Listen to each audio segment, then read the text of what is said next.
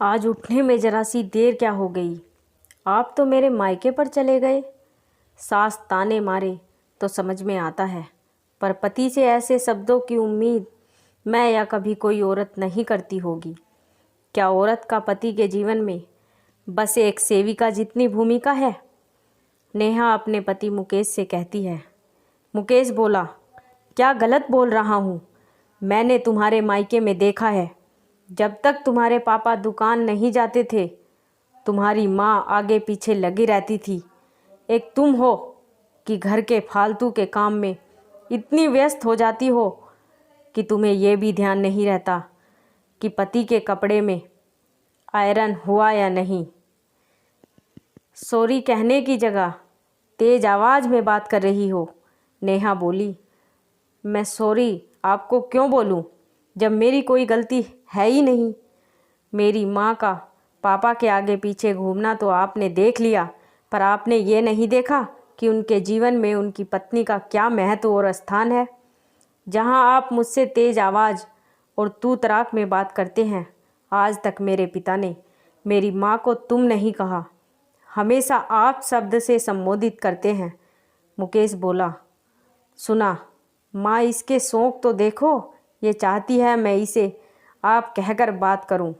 अरे जाओ, पत्नी पतियों को आप करके बात करती हैं या पति अपने शौक़ मन में ही रखो, सपने वही देखो जो पूरे हो सकते हैं। इतना कहकर मुकेश हंसने लगा। नेहा बोली, पतिदेव, इज्जत वहीं मिलती है जहां लोग इज्जत देते हैं। औरत कोई पैर की जूती नहीं होती जिसे आप बार बार ठोकर मारेंगे और वो आपको सर पर बिठाएगी। क्या औरत की जगह पति के जीवन में एक सेविका और बच्चे पैदा करने की मशीन जैसी है? अगर आपको ऐसा लगता है तो अपनी गलतफहमी को दूर कर ले, क्योंकि मैं न तो आपकी सेविका हूँ न ही कोई मशीन। नेहा की सास आशा जी बोली, अरे बहू, इतना भी क्या गरूर? अगर एक सॉरी बोलने से बात खत्म हो सकती है तो कह दो सॉरी। पतियों की तुलना तो परमात्मा के साथ की जाती है और तुम हो कि इस तरह से बात कर रही हो। नेहा हंसकर बोली, मम्मी जी, इस विषय में ज़्यादा कुछ कहना नहीं चाहूँगी, पर क्या आपके बेटे के जीवन में मेरा बस इतना ही महत्व है जितना मैं जानती हूँ।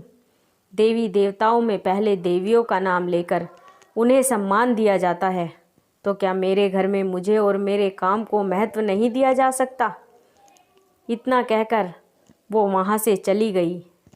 नेहा तो अपनी बात कहकर चली गई। इधर मुकेश बोला, देखा माँ, इसके तेवर, शादी को 12 साल हो गए हैं, अब इन्हें इस घर में अपनी एक अलग जगह बनानी है। अगर इतना ही है तो कमाए और खाए, आखिर रहती तो मेरे ही पैसों पर है। आशा जी बोली, बेटा, अब मैं इस उम्र में तुम्हारे कपड़ों पे आयरन तो कर नहीं सकती, तो तुम खुद ही कर लो। थोड़े दिन छोड़ दो बहू को, कल को जो तुम कहोगे आखिर उसे वही तो करना होगा। इतना कहकर आशा जी भी अपने कमरे में चली गई और मुकेश को अपने कपड़ों में आयरन खुद करनी पड़ी। कुछ दिन तक ऐसा ही चलता रहा। नेहा घर के काम करती, परंतु मुकेश का एक काम नहीं करती, जिससे मुकेश को बहुत परेशानी हो रही थी। एक दिन आशा जी बोली, बहू, आखिर ये कब तक चलेगा? नेहा बोली, जब तक कि आपके बेटे को यह एहसास न हो जाए कि उनके जीवन और इस घर में मेरा भी कुछ महत्व है, कम से कम तब तक तो ऐसा ही चलने दीजिए। आशा जी हैरानी से नेहा को देखती रह गई। एक दिन दफ्तर में मुकेश का मित्र बोला, मुकेश भाई, लगता है भाभी जी नाराज़ हैं, तभी आप आजकल ढंग के कपड़े नहीं पहनते और ना ही टिफ़िन लाते हो। मुकेश को बहुत बुरा लगा। घर आकर उसने नेहा को सुनाते हुए माँ से कहा, माँ, पत्नी अपना कर्तव्य भले ना निभाए, परंतु पति अपनी कमाई से पूरा घर चलाकर अपना फर्ज निभाता है। नेहा को मुकेश की बातें बहुत चुभी, लेकिन उसने कुछ नहीं कहा। अगले दिन उसकी पड़ोसन वर्षा बातों बातों में बोली, भाभी, विज्ञान और गणित में आपकी पकड़ बहुत अच्छी है, तभी आपके दोनों बच्चे के अंक बहुत अच्छे आते हैं। आप किसी स्कूल में या फिर ट्यूशन क्लास क्यों नहीं शुरू करती? कमाई भी हो जाएगी और हमारा भी भला हो जाएगा। वहीं बैठी आशा जी बोली, वर्षा बेटा, मेरे मुकेश की कमाई कोई कम है, फिर बहू को ये सब करने की क्या ज़रूरत है। वर्षा बोली, चाची जी, मेरे कहने का वो मतलब नहीं था, और यहाँ बात पैसों की नहीं। आप भाभी के हुनर को कम मत आंको। अक्सर घर की औरतों को लोग महत्व नहीं देते, जैसे घर की मुर्गी दाल बराबर। इतना कहकर वो हंसने लगी और थोड़ी देर बाद चली गई। वर्षा की कही गई बात नेहा के दिमाग में चल रही थी। आशा जी बोली, बहू इसकी बातों में मत आना। बच्चों को पढ़ाने और 4 पैसे के चक्कर में कहीं अपने घर के लिए समय ना मिले, क्योंकि मैं इस उम्र में घर के काम नहीं कर सकती, पहले कह देती हूँ। इतना कहकर आशा जी चली गई। अगले महीने वर्षा की मदद से नेहा ने अपने गैराज में ट्यूशन शुरू किया। देखते देखते 10-15 बच्चों का 2-3 बेंच बन गया। अच्छी खासी कमाई होने लगी और नेहा घर के काम भी वक्त पर कर लेती थी। इस बात से आशा जी और मुकेश बहुत नाराज़ थे। कुछ समय ऐसे ही चलता रहा। एक रोज़ मुकेश दफ्तर से थका हारा लौटकर जल्दी आया था। नेहा उस वक्त बच्चों को पढ़ा रही थी।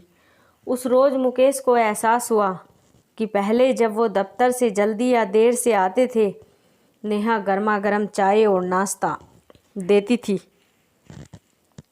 और बदले में बस सम्मानजनक कुछ शब्द ही तो चाहती थी।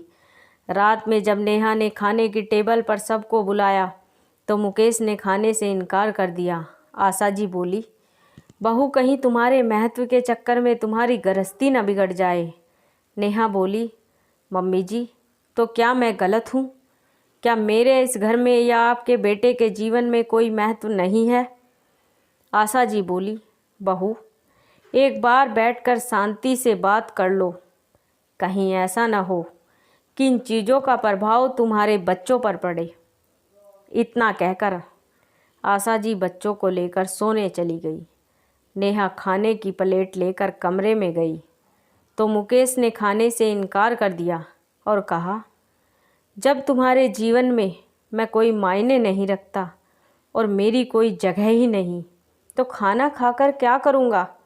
नेहा बोली, मेरे जीवन में आपका क्या महत्व है, मैं शब्दों में बयान नहीं कर सकती।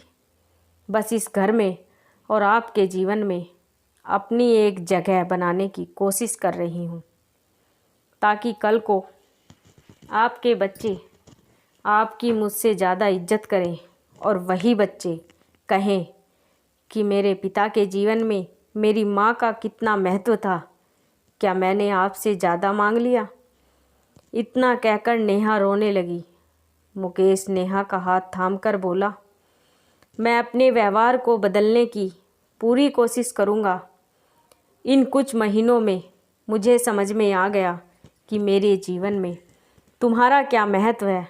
अगर आदमी जीवन रूपी घर की छत है तो उस घर की नींव एक औरत होती है। मैं अपनी सारी गलतियों के लिए माफ़ी मांगता हूँ। और नेहा ने भी बात को वहीं ख़त्म किया।